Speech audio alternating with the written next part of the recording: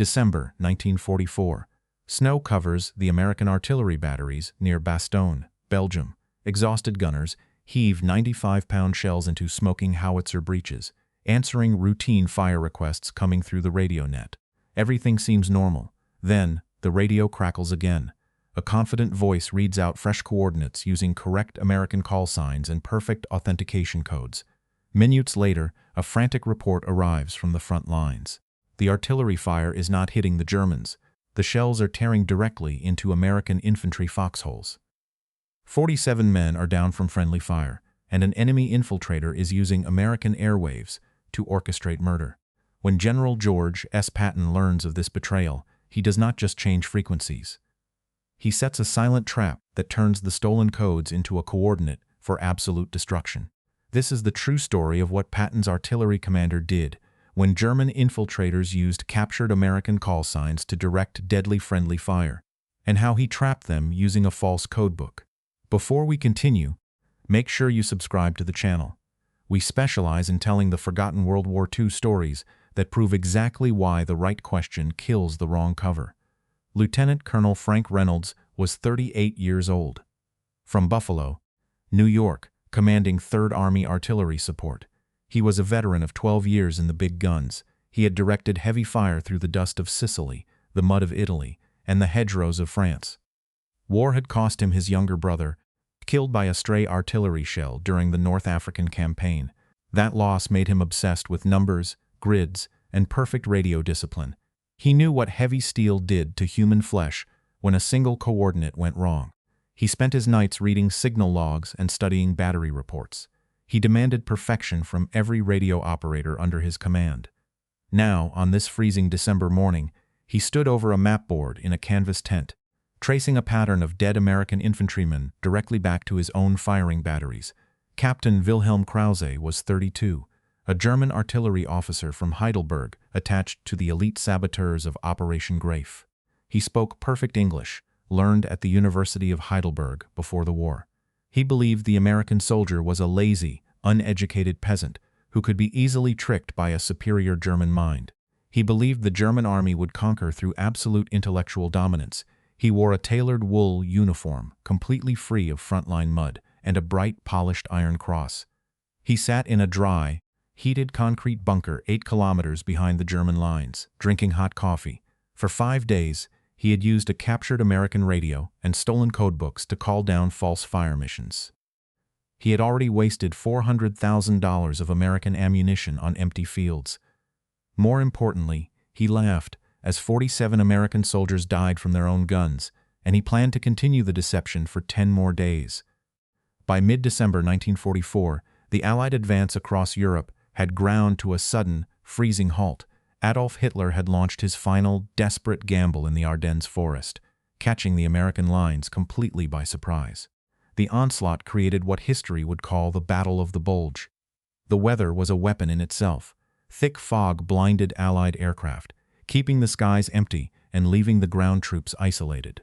Heavy snow choked the narrow mountain roads, while retreating American units mixed with arriving reinforcements in total chaos. Communication lines were severed by enemy artillery or sabotaged by German commandos dressed in American uniforms. It was an environment of pure friction, where uncertainty ruled and standard operating procedures collapsed under the weight of panic. In this mass confusion, a radio transmission could mean life or death, but verifying who was on the other end of the wire became nearly impossible. Across the Ardennes sector, other American commanders were letting these strange fire missions slide.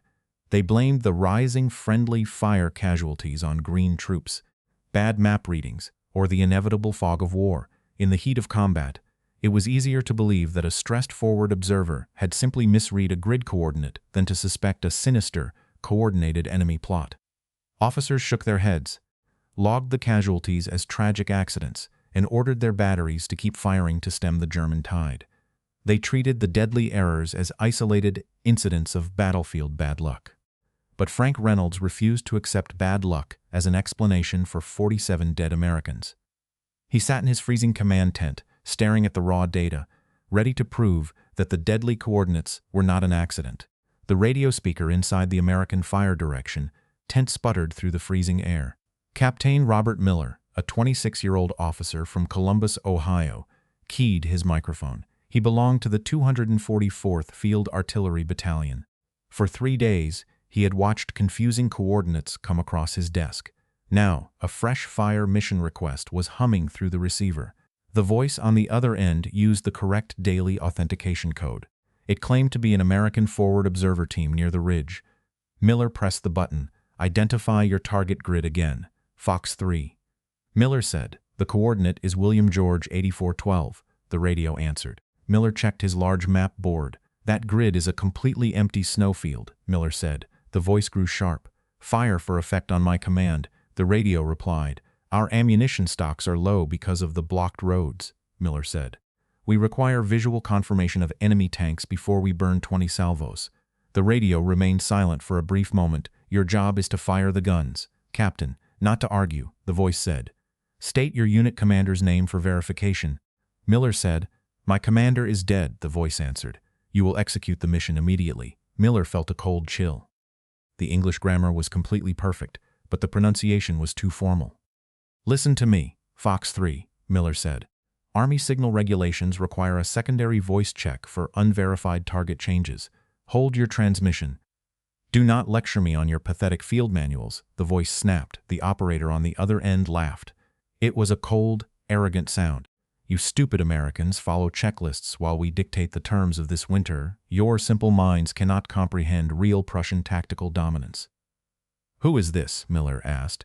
This is Hauptmann Wilhelm Krause of the German artillery. The voice said, I have your radios. I have your codebooks.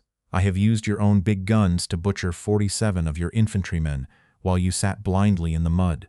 Your sheep-like obedience makes you weak. Go ahead and change your frequency. I will find you again tomorrow. Miller did not answer the German officer. He clicked off the microphone. His fingers were stiff from the cold as he grabbed the secure field phone. He bypassed his local chain of command and dialed 3rd Army headquarters directly. The report reached Patton within the hour. Patton's jeep pulled up to the artillery command tent unannounced. 4 stars gleamed on his helmet, and his ivory-handled revolvers rested on his hips. He walked inside, his presence freezing the room. He did not shout. His voice was quiet, cold, and entirely controlled as he grabbed the radio microphone. Patton pressed the transmit button. Hauptmann Krause, this is General Patton, he said. Are you the officer using my frequencies? The radio crackled. I am, General, Krause answered. You have been directing my big guns onto my own infantry, Patton said. Is that correct? It is, Krause said. Your codes belong to me. And you believe your concrete bunker keeps you safe from my army, Patton said. Krause laughed over the airwaves. You cannot find me through this fog, General. I control your fire. You think you have conquered the American mind because you memorized our daily procedure words, Patton said. You sit behind concrete with your polished iron cross, believing a stolen radio makes you a master strategist. You think our frontline soldiers are simple sheep, but a radio is just a metal box, Hauptmann. It does not grant superiority. My artillery commander, Lieutenant Colonel Frank Reynolds from Buffalo, has watched your transmissions for 3 days. He has counted every single shell you misdirected into empty fields. While you drink hot coffee in safety, Reynolds lives in the freezing mud, driven by the memory of his own brother killed by artillery. He has spent 12 years mastering the exact mathematics of heavy steel destruction. He knows signal security better than your high command, and he has already isolated your frequency. You have 2 options, and you will choose right now. You can shut down your transmitter immediately and march your men forward to surrender to the nearest American infantry patrol, or you can continue broadcasting using the fresh codebooks we are about to drop into your path. Choose to surrender or choose to transmit. If you keep talking, Colonel Reynolds will use your own radio waves to pinpoint your exact coordinates and turn your concrete bunker into your grave. Decide in the next 10 seconds. Krause listened across the airwaves. He did not surrender. He let out a sharp, bitter laugh and cut the transmission, refusing to break. Colonel Reynolds implemented the multi-layer counter-deception plan within 12 hours. First, couriers rushed entirely new codebooks to every battery by hand, banning all radio code updates. Next, he ordered mandatory voice verification for every forward observer. Unknown voices were flagged immediately. Finally, Reynolds set the trap. He arranged for a false codebook to be left inside an abandoned American Jeep near the front lines. German scouts recovered the book within hours. Krause found it on his desk and celebrated. He believed the Americans were careless. He opened the false book, extracted the modified codes, and immediately resumed his radio broadcasts to direct more artillery fire. But the codes were a mathematical homing beacon. As Krause transmitted, American radio direction-finding teams intercepted the signal. They used 3 separate positions to triangulate the broadcast. Within 4 hours, they had the exact grid coordinate for Krause's concrete bunker, located 8 kilometers behind the German front lines. Reynolds passed the coordinates to the Air Corps. A flight of P-47 Thunderbolt fighters roared through a sudden break in the winter clouds. They dropped heavy bombs directly onto the bunker roof. The concrete collapsed. Krause and his entire deception team died instantly under the rubble. The stolen radio equipment was crushed into scrap metal. The false fire missions ended. Lieutenant Colonel Frank Reynolds received the Distinguished Service Medal for his brilliant 3-layer defense. After the war, he returned to Buffalo, New York, becoming the director of signal operations for the police department. He spent the 1950s using his wartime signal security concepts to redesign civilian police radio protocols. Reynolds retired in 1972 and died in 1989.